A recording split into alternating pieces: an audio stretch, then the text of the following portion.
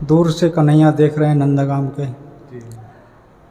राधा रानी ने बोली उनको बुला के ले आओ। मंदिर के जो सेवायत पुजारी जी हैं श्री प्रिया दास जी महाराज उनके साथ में हैं। यहाँ पे कितनी सुंदर प्रतिमा में श्री राधा रानी और श्री कृष्ण जी विराजमान हैं। सभी भक्तों को राधे राधे।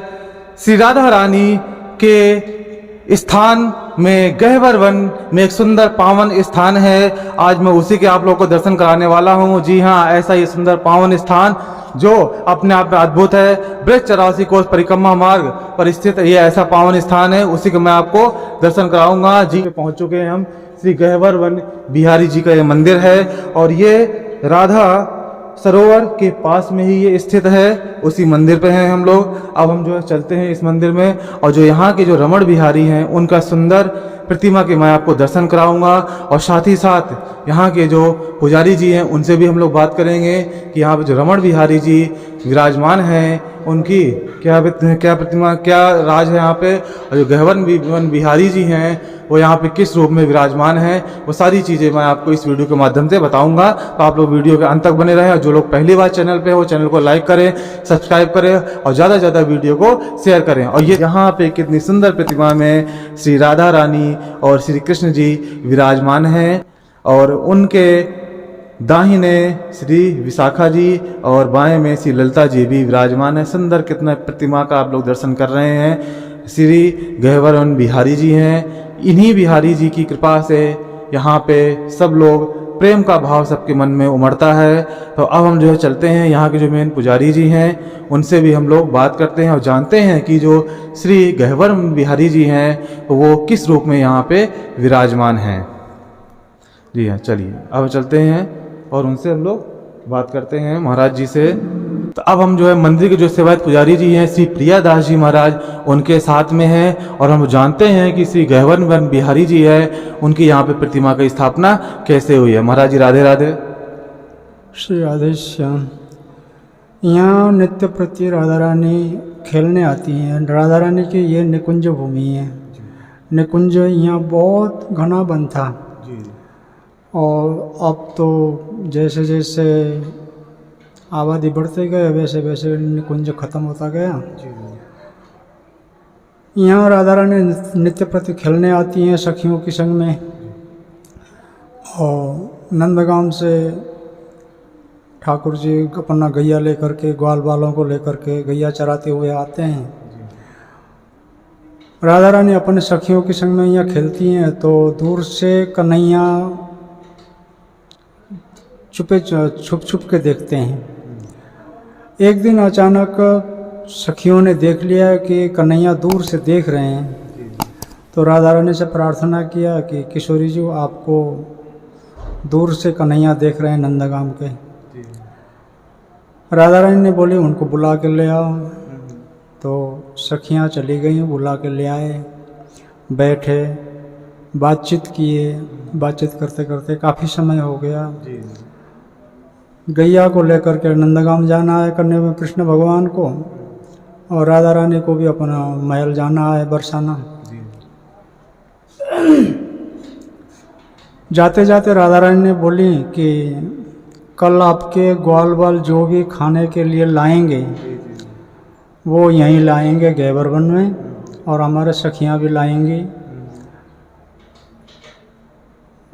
इतना कह करके सब अपने अपने घर निकल गए। दूसरे दिन हुआ ऐसा ही कि ग्वाल बाल ने जो लाए यहाँ इकट्ठे हो गए, सखियाँ ने लाई वो भी यहाँ इकट्ठे हो गए। जब खाने का समय हो गया खा लिए। खाने के बाद में यहाँ पानी नहीं था और पहाड़ के बीच में पानी कहाँ से आएगा। भगवान कृष्ण ने अपना बंसी से थोड़ा सा छुआ दिया, वहाँ से पानी प्रकट हो गए, पानी निकल गए। पानी निकलने पर सबने पी लिया, हाथ पैर भी धोया। फिर यहाँ धीरे धीरे करके भक्तों ने कुंड बना दिया और ये गहवर कुंड है और गहवर वन में गहवर कुंड है।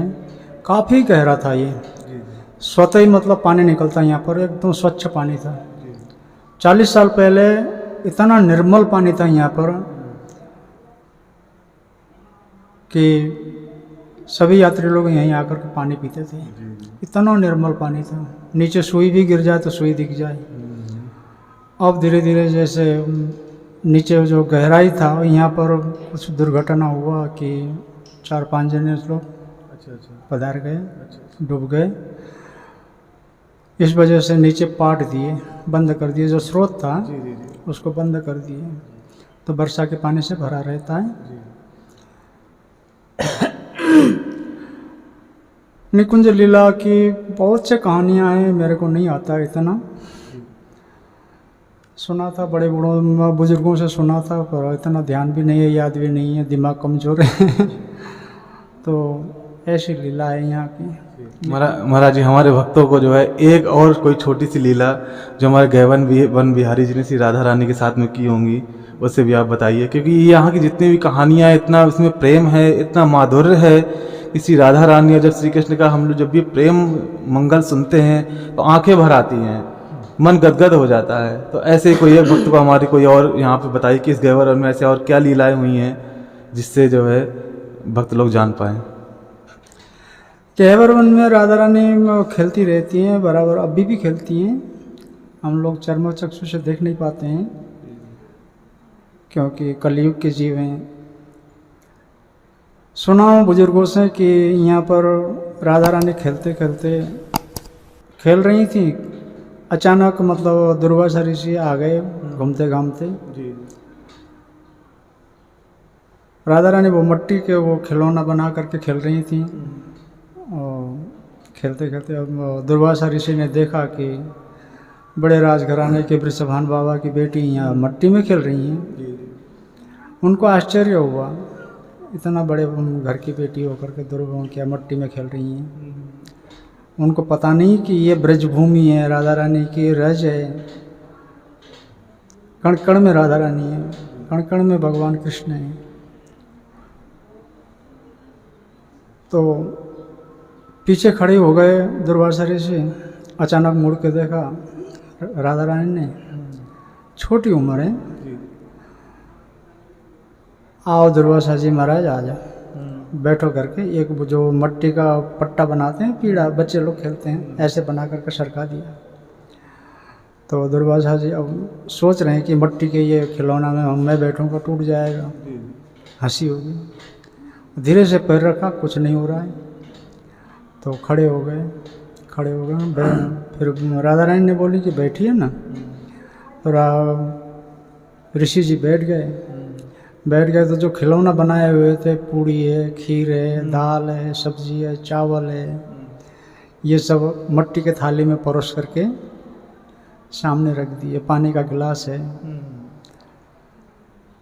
तो बड़े अचंभे में पड़ गए, आश्चर्य हो रहा है उनको कि हे वो कैसे करें, ये मिट्टी का खिलौना है, मिट्टी कैसे खाऊं मैं।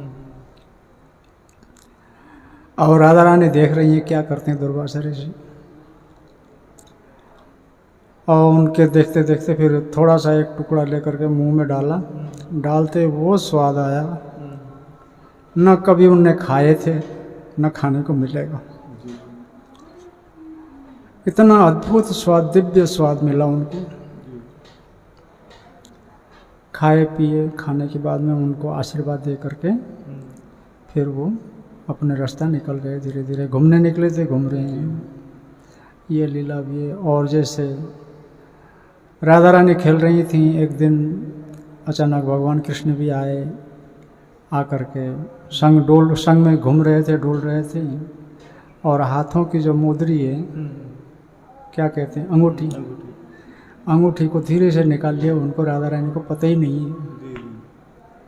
तो मुद्री लीला भी हुआ था यहाँ पर। जैसे वो जंगलों में घूमते हैं, बनी में, जैसे कुंजों में घूमते घूमते, चोरी का आदत है।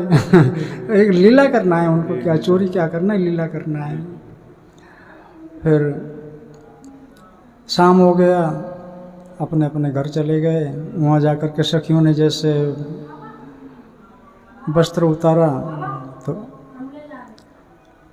वस्त्र उतारते समय मतलब अंगूठी नहीं है, तो राधा रानी ने बोलेंगे कहीं गिर गया होगा, क्या करना है, छोड़ो।